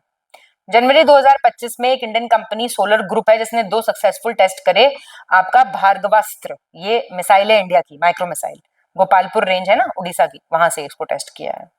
ये भी आपके सारे सही हैं। 135 में आपको सही बताना है। हाल ही में IUCN का एक स्टडी पब्लिश हुआ था, उसने वेस्टर्न घाट्स को मेजर मीठे पानी का जैव विविधता के लिए प्रमुख हॉटस्पॉट घोषित किया है, सूचीबद्ध किया है। जनवरी 2025 में चाइना ने दुनिया का सबसे लंबा एक्सप्रेसवे टनल तियानशान शेंगले टनल करके है, उसका अनावरण किया। दिसंबर 2024 में जापान की टोमिको इटुका के निधन के बाद ब्राजील की सिस्टर इनाहा कैनाबरा लुकास विश्व की सबसे बुजुर्ग जीवित व्यक्ति बन गई हैं। उम्र देखिए इनकी। हाल ही में एयर विजुअल स्वतंत्र वैश्विक वायु प्रदूषण संबंधी जानकारी प्रदान करने वाली ऐप है, इसने वियतनाम की राजधानी हनोई को विश्व का सबसे प्रदूषित शहर घोषित किया है। क्या हो जाएगा इसका आंसर? तो इसका आंसर आपका हो जाएगा ऑल आर करेक्ट। 136 में देखेंगे, वर्ल्ड का पहला 52 फुट लंबा, 52 फुट चौड़ा, 52 फुट ऊंचा महामृत्युंजय यंत्र प्रयागराज में लगाया जा रहा है। एशिया का लीडिंग एरोस्पेस एग्जीबिशन है एरो इंडिया 2025, इसका आयोजन कहां किया गया? Air force station Yelahanka Bangalore. और जनवरी 2025 में डॉक्टर जयशंकर ने इनॉग्रेट किया था नया यूएस कॉन्सुलेट जो दूतावास होता है बेंगलुरु में। तो ये 5वां है जो यूएस से संबंधित हमारा है। सही है ये भी। 137 में आपको बताना है बिहार की फोक सिंगर श्रीमती शारदा सिन्हा, इनको भी पोस्टुमसली मतलब मरणोपरांत इनको पद्म विभूषण मिला है। और national school games rugby 7 under 14 वाला जो कंपटीशन है वो पाटलिपुत्र स्पोर्ट्स कॉम्प्लेक्स बिहार में आयोजित किया गया जनवरी में। बिहार की टीम ने विजय मर्चेंट ट्रॉफी जीती है, दिसंबर में भुवनेश्वर में चैंपियनशिप हुई थी। All are correct. 138 में आपको बताना है गोल्डी कुमारी है दिव्यांग प्लेयर नालंदा बिहार की जिनको नेशनल चाइल्ड अवार्ड दिया गया है प्रेसिडेंट द्वारा। कमाल की बात। बिहार के कृषि विभाग को इंडिया वाटर फाउंडेशन ने वाटर ट्रांसवर्सिलिटी ग्लोबल अवार्ड से नवाजा है 2024। देख रहे हो, बहुत इंपॉर्टेंट है, याद कर लो इन दोनों चीजों को। 139 में आपको बताना है बांका और शेखपुरा दो टॉप डिस्ट्रिक्ट हैं जिन्होंने रेवेन्यू वर्क बेस्ड बहुत कमाल का किया है, जो रिपोर्ट रिलीज करी अभी रेवेन्यू लैंड रिफॉर्म्स ने उसके तहत। लास्ट डिस्ट्रिक्ट जो इस रैंकिंग में है वो है भागलपुर। और इस रिपोर्ट के हिसाब से महावीर कैंसर, एक रिपोर्ट रिलीज हुई थी उसके हिसाब से महावीर कैंसर इंस्टीट्यूट जो पटना में है उन्होंने कहा है मैंगनीज मौजूद है गंगा के पानी में, which is 4.5 times more cancer producing, मतलब कैंसर को बढ़ावा देने वाले खतरे के स्तर से 4 गुना जो कि अधिक है। बहुत खतरनाक चीजें देखो आप। सही है ये सब। 140 में आपसे कह रहा है गलत बताओ। 2024 दिसंबर में नीतीश कुमार जी ने 109 free medicine vehicle flag of किए थे हेल्थ डिपार्टमेंट के पटना से। नीतीश कुमार जी ने फाउंडेशन स्टोन ले किया है, नया मिल्क प्रोडक्शन प्लांट लग रहा है, 1 lakh litre per day milk produce करेगा। बरिया विलेज है गोपालगंज। दिसंबर 2024 में गुड गवर्नेंस डे पे 25 दिसंबर को मनाया जाता है ना, बिहार के गवर्नर राजेंद्र विश्वनाथ आर्लेकर ने पंचायत रिप्रेजेंटेटिव को नवाजा विशिष्ट मुखिया सम्मान से। बताएंगे कौन सा है? तो ये आपका सी हो गया है। सारे सही हैं, आपको याद रखने हैं, ठीक है। अभी आपके रीजनिंग के क्वेश्चन इनको सॉल्व कर सकते हैं आप। डी इसका हो जाएगा आंसर। 142 का मार्क करिए, डी हो जाएगा। 143 का मार्क कीजिए, ए हो जाएगा। 144 का मार्क कीजिए, सी हो जाएगा। 145 का आंसर है वह हो जाएगा आपका बी, नॉर्थ वेस्ट। 146 का हो जाएगा बी, ये आपको पॉज करके सॉल्व करना है तुरंत। 147 का आपका हो जाएगा सी, गोट काफ। और 148 का आपका हो जाएगा ए। 149 का आपका हो जाएगा बी और 150 का आपका हो जाएगा बी। तो ये सारे आप सॉल्व कर सकते हैं। अब अपना स्कोर आप मुझे कमेंट करके बताएंगे कितना आपका स्कोर बना, ठीक है। क्या स्पीडली आप चीजें सॉल्व कर पा रहे हैं कि नहीं कर पा रहे हैं। All the very best. समय है रिवीजन का, लगातार रिवीजन का, रिवाइज करते रहिए, अच्छे से पढ़ाई करते रहिए। नेक्स्ट टेस्ट में मुलाकात होती है। बहुत बहुत धन्यवाद।